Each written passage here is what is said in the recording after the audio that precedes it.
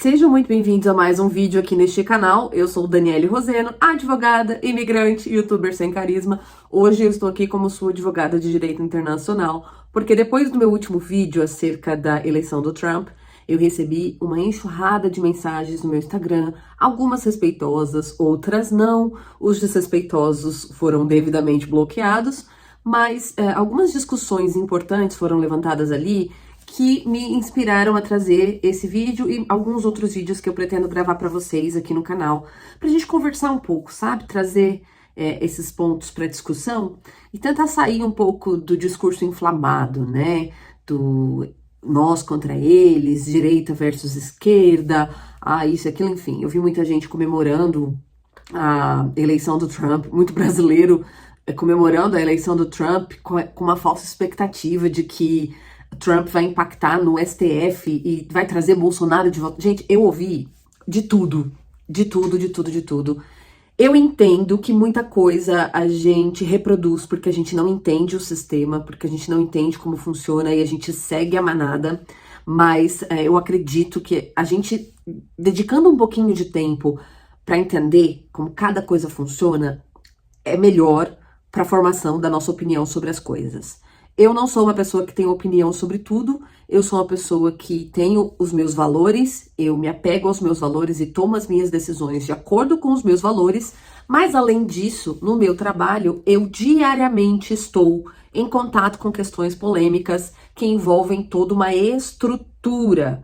E pelas dúvidas que chegaram para mim, eu percebo que as pessoas não têm a menor noção de como funciona essa estrutura e elas simplesmente repetem o que elas escutam de pessoas que aparentemente pensam como elas. Então, se ela é de esquerda, ela vê o que a galera da esquerda tá falando, o que a galera da esquerda tá comentando, e ela reproduz aquilo pura e simplesmente por um gatilho de pertencimento, por uma questão coletivista de que sou da esquerda, também defendo isso, deve ser isso aí mesmo, sou contra.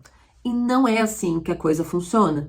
Eu vi, inclusive, pessoas ditas intelectuais na internet, pesquisadoras, professoras universitárias, professor de Harvard, falando cada asneira sobre a questão do aborto, a eleição do Trump, e como a eleição do Trump impacta no aborto, no direito ao aborto, que assim, eu fiquei de cara. E são pessoas com milhares de seguidores, pessoas que têm alguma relevância na rede social, pessoas que são endossadas por pessoas famosas. Então, ela tem muitos seguidores porque a fulana que é famosa sempre marca ela e ela vai ganhando seguidores. E assim, a pessoa se posiciona como autoridade. E esse é o maior dos problemas. Esse é o maior dos problemas, porque quando você se posiciona como autoridade em alguma coisa que você claramente não domina, claramente para quem entende do assunto você não domina, mas você se posiciona como autoridade por conta da carteirada, então, sou professor de Harvard, sou pesquisador, sou isso, sou aquilo, logo estou apto a falar sobre algo que é tão específico. O direito ao aborto nos Estados Unidos, o direito ao aborto no geral, mas o direito ao aborto nos Estados Unidos é uma coisa extremamente específica, que se você explicar somente um lado da história, você pode fazer a cabeça de milhares de pessoas da maneira errada, da maneira completamente errada. E é sobre isso que a gente vai conversar hoje. A gente vai falar um pouquinho sobre o Trump e a questão do aborto. A gente vai falar sobre por que a eleição do Trump não tem absolutamente nada a ver com a queda de direitos reprodutivos, como eu vi a gente falando, porque a gente só quer o acesso básico à saúde para a mulher. Mentira também, não é isso que vocês querem, vocês sabem disso, mas vocês usam seus espaços nas redes sociais para fazer a cabeça da galera. Então assim, eu ouvi de tudo, ouvi muita coisa errada, ouvi muita coisa que não tem a ver com o tema, ouvi muita informação distorcida e eu quero conversar com vocês sobre tudo isso nesse vídeo, fica comigo até o final. Então vamos lá, a primeira coisa que você precisa entender é como o direito ao aborto ele é tratado nos Estados Unidos. Isso vai passar um pouquinho aí pelo primeiro mandato do Trump, que na verdade tem um impacto muito pequeno nisso, mas vocês vão entender melhor até o final do vídeo, e acho que é interessante a gente começar por aí. Em 2022, nós tivemos a revogação de um precedente judicial, que era o precedente que autorizava o aborto, dava ao aborto um caráter de direito constitucional. Eu vou explicar nesse vídeo com um linguajar bem simples, porque eu sei que 99,9% das pessoas que me seguem aqui não são advogados, não são do universo jurídico. Então, se você é advogado, você é do universo jurídico, não fique chateado comigo. A ideia desse vídeo é trazer informação para as pessoas que não estão nesse meio e não têm obrigação de entender ou de compreender todo o cenário, tá? Então vamos lá, nós tínhamos um precedente jurídico, né? Então o que é esse precedente jurídico? A Suprema Corte americana, o STF americano, ele decidiu lá em 1973 que uma senhora texana, ela teria direito a realizar o aborto, pois teoricamente ela havia sido aquela palavra que não podemos falar aqui, tá? Então ela havia sofrido um abuso sexual e ela pediu o direito ao aborto. Ela pediu direito ao aborto? Não. Ela quis fazer um procedimento de aborto, ela não conseguiu fazer por conta da lei do Texas e ela foi para a Suprema Corte reivindicar este direito como um direito constitucional. A Suprema Corte errou e em 2022 reconheceu que errou ao decidir esse tipo de matéria, mas deu a ela, assegurou a ela o direito ao aborto com base no que, Dani? O direito ao aborto ele é constantemente relacionado aos direitos humanos. E em que ponto?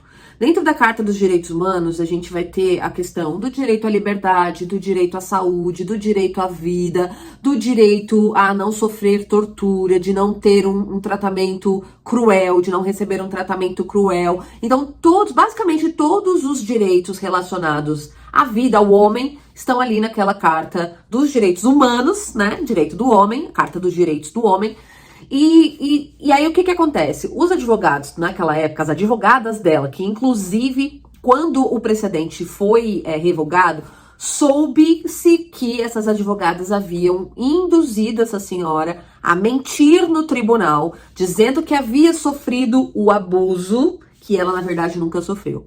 Ela era uma senhora que já tinha filhos, ela estava grávida do terceiro filho. Por outras questões, ela entendeu que o melhor para a vida dela era interromper aquela gestação e ela queria um subsídio, já que onde ela morava ela não poderia fazer. E aí essas advogadas as orientaram a mentir para o tribunal, então levaram uma denúncia falsa. Eu sempre falo sobre o impacto das denúncias falsas dentro do sistema judiciário. Eu advogo nessa área todos os dias. Eu vejo, eu trabalho, eu defendo questões de Maria da Penha baseada em denúncias falsas todos os dias no meu trabalho. Então esse é um assunto, gente, que pra mim é uma causa, tá? Vocês nunca na vida de vocês vão me ver defender alguém apenas pela questão de gênero.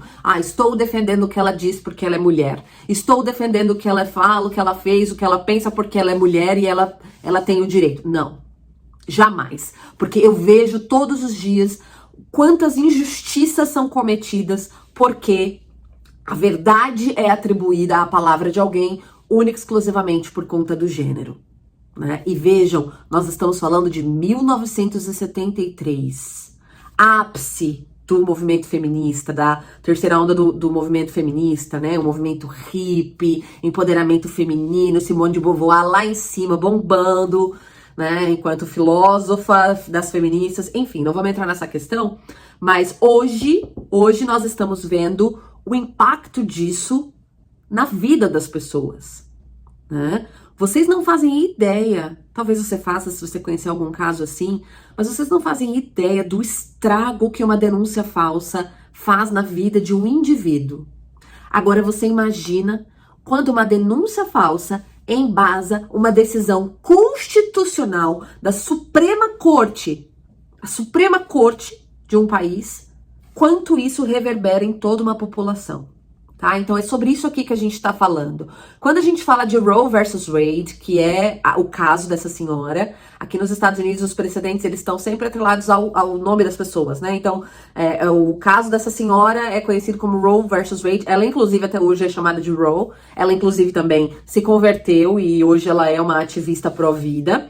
Mas a questão é, Roe versus Wade não era um caso de direitos humanos. Roe versus Wade era um caso de denúncia falsa, que foi erroneamente decidido pela Suprema Corte e abriu de maneira ilegal um precedente para a realização do aborto enquanto um direito constitucional. Então, a partir desse caso, vejam, ela queria se livrar do bebê, entendeu que naquele momento era o melhor para a vida dela. O que ela fez? Como eu não tenho respaldo legal, como eu não vou poder fazer isso aqui no meu estado, porque aqui é proibido, enfim, eu vou para a Suprema Corte alegando todos os direitos humanos possíveis, que todos os direitos humanos possíveis foram violados no meu caso. Eu sofri um né, que nunca existiu, para ter acesso a um direito que ela não tinha, que não existia, que não se aplicava ao caso dela. Isso é Roe vs. Wade. Então, toda vez que eu vejo um advogado de imigração militante, um professor universitário militante, vindo falar que a revogação desse precedente acabou com os direitos reprodutivos das mulheres, aborto não é direito reprodutivo. Aborto é direito a retirar a vida de alguém. Ah, mas eu não concordo. Ah, mas o direito da mãe versus o direito do bebê. Ah, mas isso e aquilo. O feto não é um bebê. O que é o procedimento de aborto? Pra gente discutir aborto, a gente precisa ser fiel à realidade. A realidade. O que é um procedimento de aborto?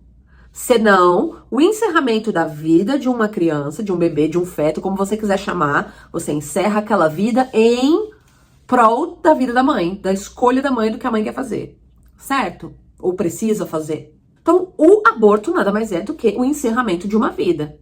Não se trata de direitos reprodutivos. Se você quer falar de direitos reprodutivos, a gente tem que falar de planejamento familiar, a gente tem que falar de pensar antes de engravidar, a gente tem que falar sobre isso. Porque falar sobre direitos reprodutivos depois que já tem uma outra vida que não é a da mãe. A vida da minha filha na minha barriga não é a minha vida. É uma outra vida dentro da minha barriga. Certo? Que inclusive escutei o coração dela com 6 semanas de gravidez. Eu não entendo, jamais entenderei. Eu já era uma pessoa completamente anti-aborto antes de engravidar. Depois que eu engravidei, eu me tornei completamente, 100%. Pra mim é uma coisa impensável você realizar aborto sabendo que tem um coração batendo ali dentro de você. Uma outra vida, tá bom? Mas tirando essa parte, né? Que eu acho que não é segredo pra ninguém, quem me acompanha sabe do meu posicionamento sobre as coisas, eu não escondo isso, não vejo por que esconder. Graças a Deus estou num país livre, num estado republicano, onde posso dizer o que penso sem sofrer sanções por isso. Agora, a minha opinião não tem que estar atrelada à questão que nós estamos falando aqui sobre a questão jurídica. Não tem que estar atrelado à questão jurídica dessa situação. Então, por que as pessoas atrelam tanto Donald Trump a perda dos direitos reprodutivos, que agora já sabemos que não estamos falando de direitos reprodutivos, estamos falando do direito de tirar a vida de alguém, certo? Então, aborto, é sobre isso que estamos falando. Por que que elas atrelam o Trump a isso? Porque no primeiro mandato do Trump, ele teve direito, enquanto presidente daqui, né, dos Estados Unidos, de indicar 3 juízes para a Suprema Corte. Então, dentro do time, né, de juízes da Suprema Corte, nós temos hoje 6 juízes conservadores, né? E desses 6 juízes conservadores, 3 foram indicados pelo Trump. Então, essa galera que usa a questão dos direitos reprodutivos e atrela isso ao Trump, diz que porque ele indicou aqueles juízes, ele é culpado pela maneira como os juízes decidiram. E assim, é um tipo de alegação tão leviana. Eu sei que em alguns casos é ignorante, porque a pessoa realmente ela não sabe do que se trata, mas ela está reproduzindo aquilo, então isso não é para essas pessoas. Mas a gente sabe também que tem muita gente que usa disso, tá? Usa para doutrinação. Então Trump, ele indicou esses 3 juízes que na hora de votar lá, votaram pela revogação do precedente. Gente, é uma questão, não é nem uma questão de ideológica, sabe? Não é nenhuma questão de, porque o juiz foi indicado pelo Trump, então ele tinha que decidir dessa maneira para agradar o Trump. Vocês entendem como isso é burro? Como isso é ignorante? Como é errado você pensar dessa forma? Porque assim, nós estamos diante de um caso que foi autorizado em cima de uma denúncia falsa. Nós estamos diante de um caso baseado em denúncia falsa.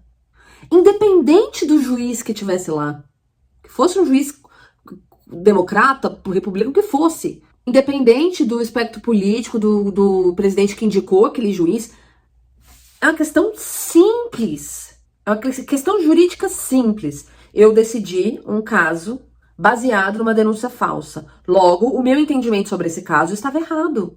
Estava viciado. Essa corte foi induzida ao erro. Pense na insegurança jurídica que traz para a maior corte do país a ideia de que eles sabem que decidiram errado, que decidiram com base numa denúncia falsa, e eles não revogam isso por uma questão ideológica. É uma questão ideológica, certo? Dani, mas então, mas e o impacto dessa decisão? O impacto político dessa decisão? Quem faz lei não é juiz da Suprema Corte. Quem aprova a lei não é juiz da Suprema Corte. Quem vota para a criação de leis que resolvam as questões morais da população não é a Suprema Corte. São os deputados. No caso do Brasil, os vereadores, os deputados. É o Congresso. O Congresso escolhido pelo povo é o povo que decide se aquilo será um direito garantido ou não, se queremos o direito ao aborto como um direito constitucional ou não, se queremos que o aborto seja liberado, em quais condições, em quais... Quem decide isso é a população, não é a Suprema Corte. Então, quando eu vejo alguém dizendo que, porque o Trump tirou os direitos reprodutivos das mulheres, eu tenho vontade de vomitar. Porque isso é de uma ignorância tão absurda e tão leviana, que, cara, você não consegue encontrar uma única justificativa para isso, para essa alegação. O caso que retirou o entendimento de que o aborto era um direito constitucional aqui nos Estados Unidos foi um caso baseado em denúncia falsa. Por causa disso, a Suprema Corte revisou esse caso, verificou que ali havia sido cometido um erro e falou, ok, nós erramos. Nós não tínhamos que ter decidido isso aqui. A Constituição americana não traz explicitamente o aborto como um direito constitucional. Isso jamais deveria ter sido trazido para nós, quiçá nessas condições, com base numa denúncia falsa, né? Na forma de uma denúncia falsa. Então nós vamos revogar esse parecer. E o que foi que de fato a corte decidiu em Roe versus Wade? Que a Suprema Corte americana não é competente para decidir esse tipo de coisa, que esse tipo de coisa é de competência da população, logo dos estados. Ali, o que a Suprema Corte estava decidindo não era se o aborto é bom ou ruim, não era se o aborto é cabível ou não, não era se o aborto tem que existir, tem que ser protegido ou não, o direito ao aborto tem que existir, tem que ser protegido, por isso, por aquilo. Não era nada disso. O que a Suprema Corte estava dizendo ali é, cometemos um erro, decidimos um assunto que não era da nossa competência, para piorar tudo, isso chegou para nós na forma de uma denúncia falsa, ou seja, houve clara injustiça, porque o entendimento estava viciado, errado, baseado em uma mentira. Logo, o mais correto, do ponto de vista jurídico, é a gente revogar esse entendimento. E foi o que aconteceu. E disse o quê? Quem tem que resolver isso são os estados. Quem tem que decidir sobre isso são os estados. A Constituição americana não trata sobre direito ao aborto. Foi isso que os juízes decidiram. E aí, gente, você dizer que isso é uma questão ideológica é muito raso. É muito raso porque qualquer juiz que tenha a mínima aptidão jurídica para a coisa, ele vai ter que decidir do ponto de vista jurídico, tá? Então, ele, gostando ou não gostando, ele tinha que decidir pelo ponto de vista jurídico. E isso foi feito. Acontece que, e aí vem os desdobramentos, né? E aí é o ponto que eu acho que o Trump, ele paga por algo que não foi ele que fez. Não foi ele que fez. Ele foi escolher o juiz. Como o juiz vai decidir ou não, não é o problema dele. Não tem a ver com ele. Não tem a ver com ele. Certo? Mas a gente tem que pensar que quando um precedente ele é revogado, isso impacta em toda a sociedade também. Da mesma maneira que quando ele é dado, ele também vai impactar em toda a sociedade, certo? Então, a partir do momento que esse precedente foi revogado, nós vimos alguns impactos que são questionáveis. E eu, mesmo sendo uma pessoa completamente contra o aborto, por ser advogada, não posso fechar os meus olhos para isso. E vamos discutir esses pontos agora. O que acontece? Depois que aconteceu essa revogação, os estados mais conservadores, que só precisavam disso aqui para proibir terminantemente o aborto, o que eles fizeram? revogaram tudo que eles podiam. Colocaram todas as barreiras que eles podiam para proibir a prática do aborto naquele local, tá? Então, as mulheres que estavam ali, que moravam no Texas, no Alabama, enfim, queriam proceder com o aborto, elas precisavam viajar, elas precisavam ir para outros estados para conseguir realizar o procedimento, tá? Então, tava no Texas, tinha que ir lá para Califórnia, lá para Nova York para conseguir fazer o procedimento. Muitas delas alegaram que isso trazia uma dor ainda maior pro processo, que isso tornava o aborto acessível apenas para quem tinha condições financeiras, que a mulher que era muito pobre não poderia ter acesso, logo isso é injusto, porque ela não poderia viajar e arcar com todos os custos disso, que isso era injusto. Então, assim, nós temos hoje, dentro da sociedade americana, uma série de discussões que são as mesmas que nós temos no Brasil.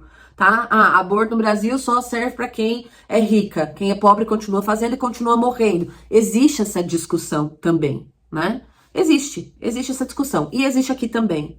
Mas essa é uma discussão que ninguém chegou a uma conclusão ainda. Ninguém chegou. Nós temos lá o Canadá, onde o aborto é liberado, né? É constitucional, um direito constitucional, e vejam a situação da sociedade. Vejam, né? Então, assim, vai dizer que é primeiro mundo, que é... Veja a situação da sociedade canadense de perto, né? Todos os impactos em saúde mental. Inclusive a saúde mental também é utilizada para dizer que porque não ter o direito ao aborto causa muito sofrimento mental para a mulher, ela fica abalada psicologicamente, ela deveria ter... Tá, mas e a mulher que faz o aborto e também fica abalada psicologicamente? O Estado é responsável por dar esse suporte para ela depois? Quem vai dar esse suporte para ela depois? Quem vai pagar essa conta? Num país onde a saúde é privada, que é o caso dos Estados Unidos, porque no Canadá a gente sabe quem paga a conta. Quem paga a conta lá é o pagador de impostos, né? Porque a bonita vai, faz o aborto. E não tô falando da mulher que foi realmente abusada e precisa fazer um aborto, da mulher que teve uma gravidez ectópica e precisa fazer um aborto. Não. Estou falando da bonita, que tem 20, 22 anos, já tá no quarto, quinto aborto, como eu cansei de ver no sistema de saúde canadense.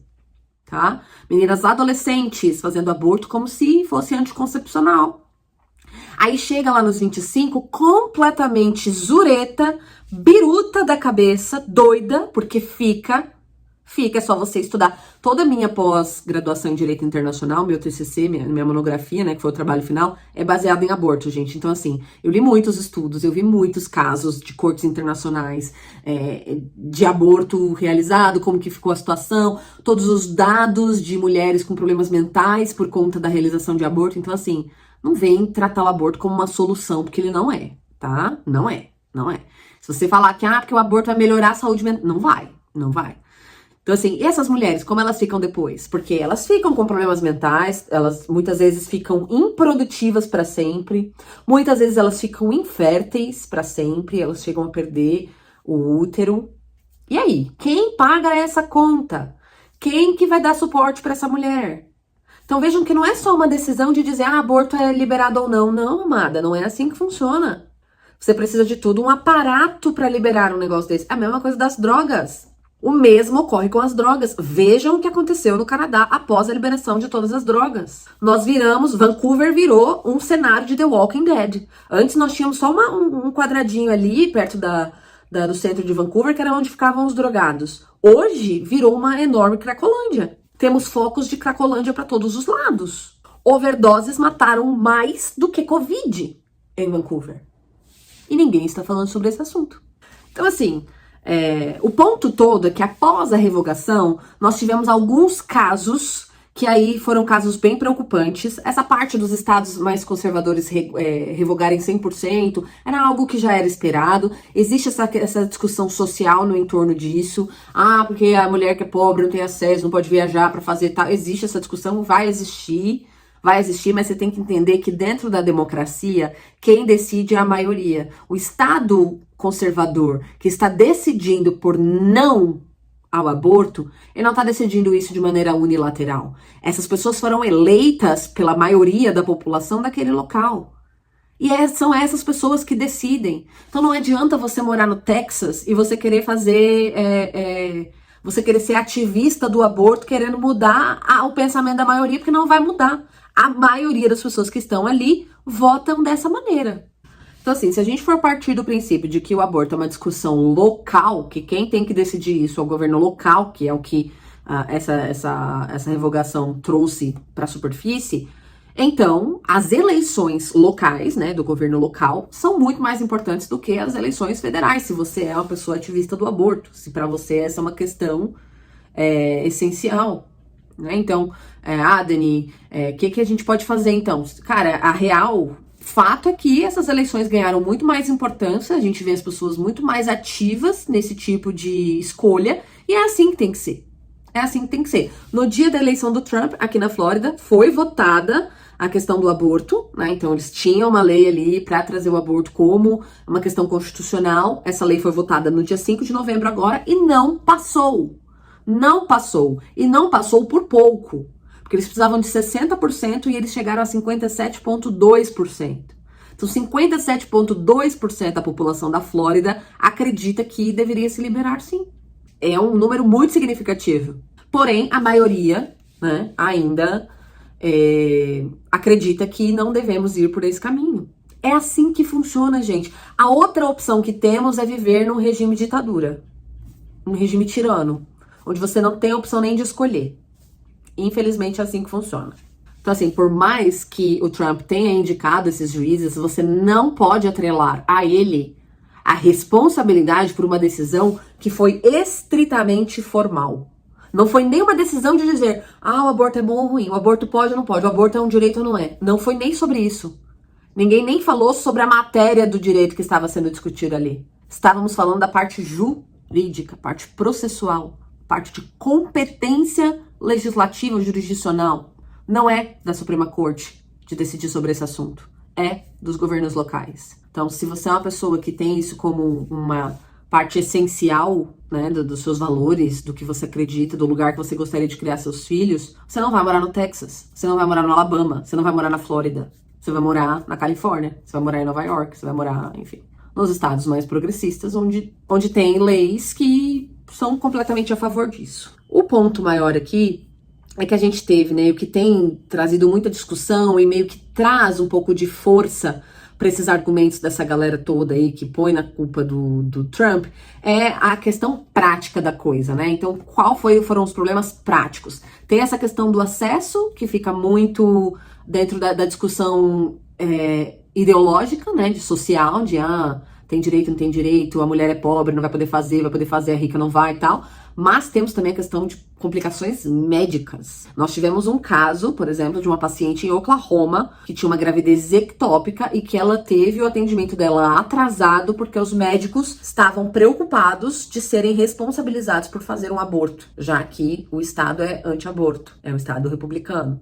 Anti-aborto. E aí os médicos receberam ali uma mulher com uma gravidez ectópica, que é aquela gravidez que o feto cresce fora do útero, e inevitavelmente a indicação para esse tipo de quadro é o aborto, é o interrompimento da gravidez. E no caso dela, ela teve o atendimento atrasado porque os médicos estavam na dúvida se eles realmente poderiam proceder dessa maneira ou não. Mas isso, na minha visão, é questão de regulação interna. É uma questão de regulação interna.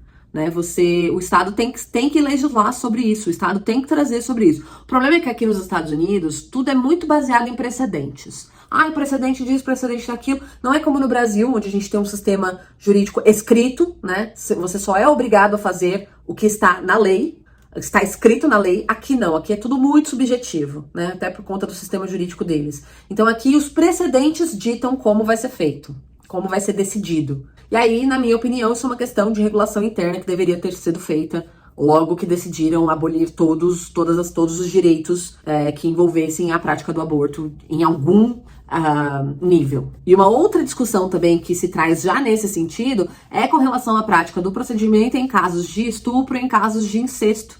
Nós tivemos um caso também de uma adolescente de Ohio que foi vítima de um abuso por parte de um parente e ela não conseguiu encontrar atendimento. Então ela teve que...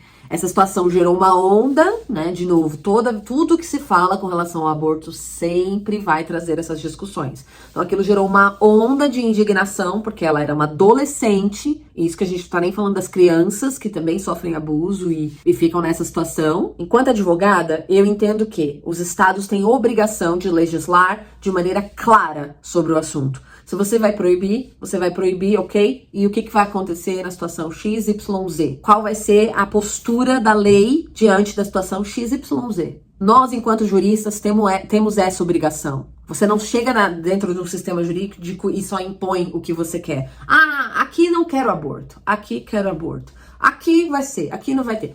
Não é assim que a banda toca. Nós estamos lidando com a vida das pessoas, né? Com a sociedade inteira. Então, na minha opinião, esse tipo de coisa precisa ser legislado de maneira clara e objetiva. Não vai ter por isso. Em situação XYZ, o procedimento correto a adotar é esse aqui. Aqui vai ter por isso, pode fazer dessa forma, daquela forma, tá? Então, muitas coisas precisam ser vistas quando a gente está falando de aborto. Não basta levantar a bandeira do direito reprodutivo das mulheres. Eu sou mulher, eu quero ter os meus direitos reprodutivos garantidos, mas eu não sou idiota. Eu não vou deixar com que as pessoas usem do meu direito para levantar bandeiras que, na verdade, elas só estão levantando para ganhar a discussão. A gente está falando de uma situação muito delicada que envolve 2 vidas, pelo menos. A da mãe e a do feto, a do bebê. Tá? Então, não é assim, você resolve numa canetada ou você atrela a uma única pessoa toda a desgraça que você e o seu grupo, a sua galera, identifica numa situação como essa. Precisa de legislação específica e isso é uma discussão que não vai acabar agora. Nós vamos discutir por muitos e muitos anos ainda. Muitos anos ainda. Por quê? Estamos falando de tirar a vida de alguém. E isso é algo que não pode ser resolvido com um único voto. Ah, não vou votar em Trump porque ele vai acabar com os direitos das mulheres. Mentira, leviano, falso, discurso de gente que só tá querendo ganhar no grito. Tá querendo impor a sua ideologia sobre os outros sem pensar em como isso afeta a vida das pessoas, em como isso afeta a construção de toda uma sociedade. Então, só para fechar com chave de ouro, Trump não foi responsável pela destruição dos direitos reprodutivos de ninguém. Ele escolheu os juízes, diante de uma questão estritamente jurídica, decidiram que quem tem competência para legislar e resolver questões de aborto são os governos locais. É o povo escolhe como vai ser tratada aquela questão no local onde eles moram. E isso, gente, é uma questão de lei de justiça. Isso é uma questão de justiça. Diferentemente do Brasil, onde um único juiz passa uma canetada e resolve a vida de 250 milhões de brasileiros. Né? Então, fica aí o questionamento. É importante que a gente se aprofunde nesse tipo de matéria antes de sair proferindo opiniões à torta à direita e culpando as pessoas por coisas que a gente não entende. Eu espero que vocês tenham gostado desse vídeo. A gente se vê no próximo.